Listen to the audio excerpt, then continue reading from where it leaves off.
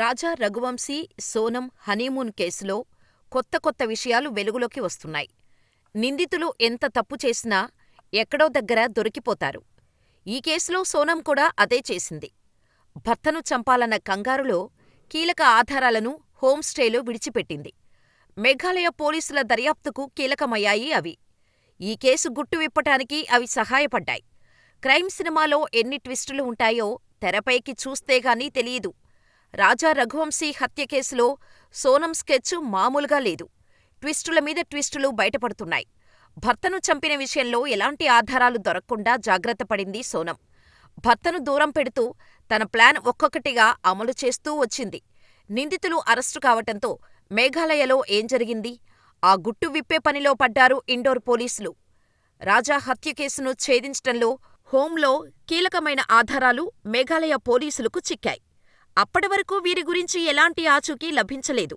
చివరికి హోంస్టే కీలకంగా మారింది. అక్కడ దొరికిన ఆధారాల్లో మంగళసూత్రం, చేతిరింగు లభించాయి. దాని ఆధారంగా కేసు ఒక్కో అడుగు ముందుకెళ్లిందని మేఘాలయ డీజీపీ నోంగ్రాంగ్ ఆయా విషయాలు మీడియా దృష్టికి తెచ్చారు. రాజా, సోనం జంట మే 20న గౌహతి మీదుగా మేఘాలయకు చేరుకున్నారు. మే 23న తూర్పు ఖాసీ హిల్స్ జిల్లాలోని సోహ్రాలో నోంగ్రియాట్ గ్రామంలోని హోంస్టే చేశారు. ఆ తర్వాత అక్కడి నుంచి సోనం సహా నిందితులంతా కనిపించకుండా ఎస్కేప్ అయ్యారు. సోహ్రాలోని హోమ్స్లో సోనం వదిలివేసిన సూట్కేసు నుండి మంగళసూత్రం, ఉంగరాన్ని స్వాధీనం చేసుకున్నట్టు మేఘాలయ డీజీపీ తెలిపారు. కొత్తగా పెళ్లైన వివాహిత మంగళసూత్రం, రింగు వదిలి వెళ్లటంపై కొత్త అనుమానాలు వచ్చాయన్నారు.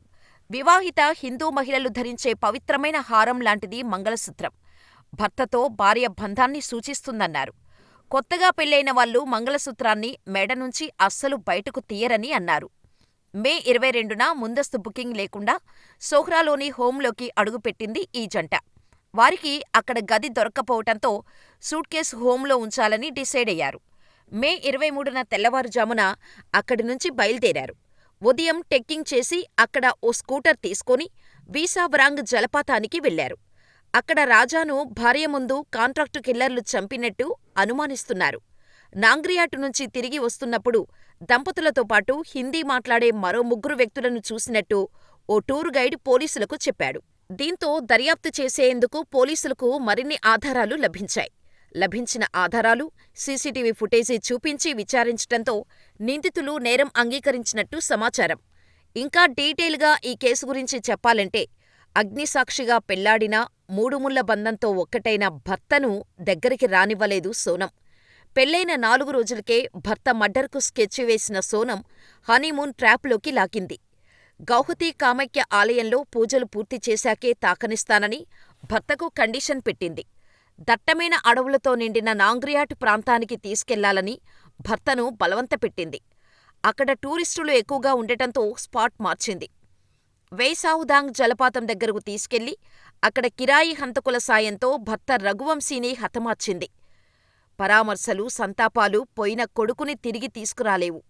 అందుకే రాజా రఘువంశీ మృతదేహం దొరికినప్పటినుంచి ఆ తల్లి కళ్ళు వర్షిస్తూనే ఉన్నాయి. కొత్తగా పెళ్లైన కొడుకు సుఖంగా ఉంటాడనుకుంటే కోడలే కడతేరుస్తుందని ఊహించలేకపోయింది ఆ కుటుంబం. ఎవరొచ్చి కదిలించినా రఘువంశీ తల్లి ఉమా కంట కన్నీటి ప్రవాహమే. నిందితులకు శిక్ష పడాలని, అంతకంటే తాను చెప్పేదేం లేదంటుంది ఆ తల్లి హృదయం. రఘువంశీ హత్య కేసులో ప్రధాన కుట్రదారుగా ఆరోపణలు ఎదుర్కొంటున్న ఇండోర్కు చెందిన రాజ్ కుష్వాహా కుటుంబం ఇంకా షాకులోనే ఉంది. తండ్రి చనిపోయాక ఇంటి బాధ్యతలను నెత్తినేసుకున్న రాజ్ కుష్వాహా అమాయకుడంటోంది అతని తల్లి చున్నీదేవి. సోనంతో తన కొడుకు స్నేహం గురించి తనకు ఏమాత్రం తెలీదంటోంది రాజ్ కుష్వాహా తల్లి. తండ్రి పోయాక కుటుంబానికి కొండంత అండగా ఉన్న సోదరుడు జైలుపాలు కావటంతో రాజ్ కుష్వాహా చెల్లెలు తీవ్ర ఆవేదనలో ఉంది. పోలీసుల అదుపులో ఉన్న సోదరుడిని చూద్దామంటే అనుమతించలేదని కన్నీటి పర్యంతమైంది.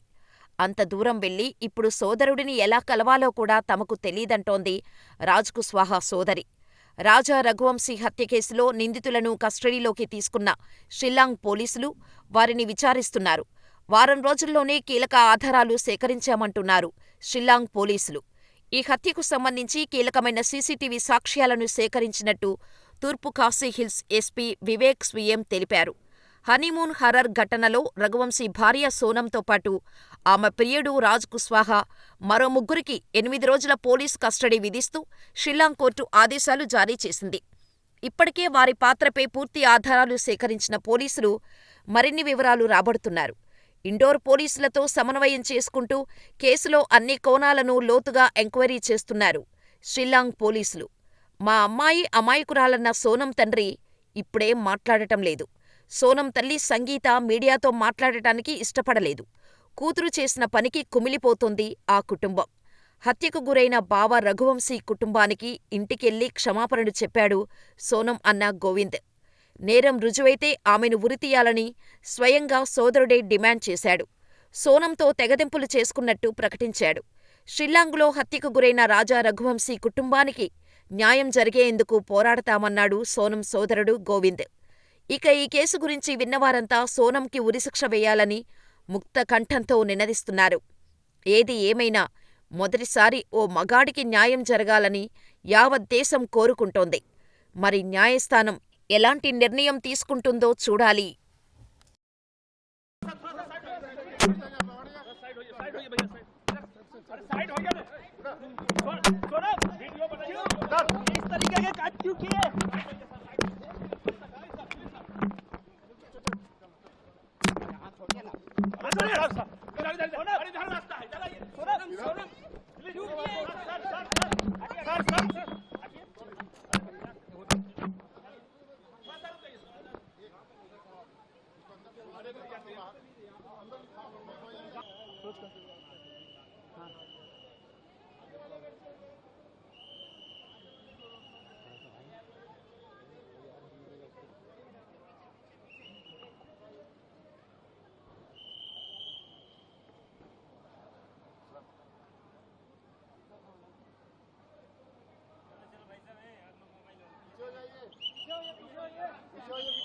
जिसकी भी गलती हो उसे सख्त सख्त सजा मिलनी चाहिए।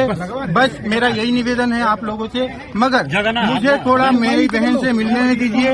अगर उसमें उसकी कोई गलती होती है उसे फांसी लगा दी जाए।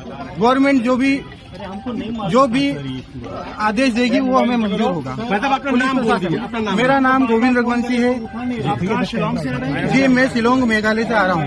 तो आप कितने दिन से ढूंढ रहे थे? कितने दिनों से ढूंढ रहे थे? मेरे लगभग आज 18-19 दिन कंप्लीट हो गए हैं।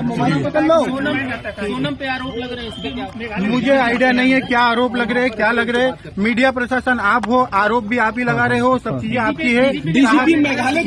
मेरे नॉलेज में मैं जर्नी करके आया हूँ, मुझे कुछ भी आइडिया नहीं कि अभी क्या आरोप लगे हैं।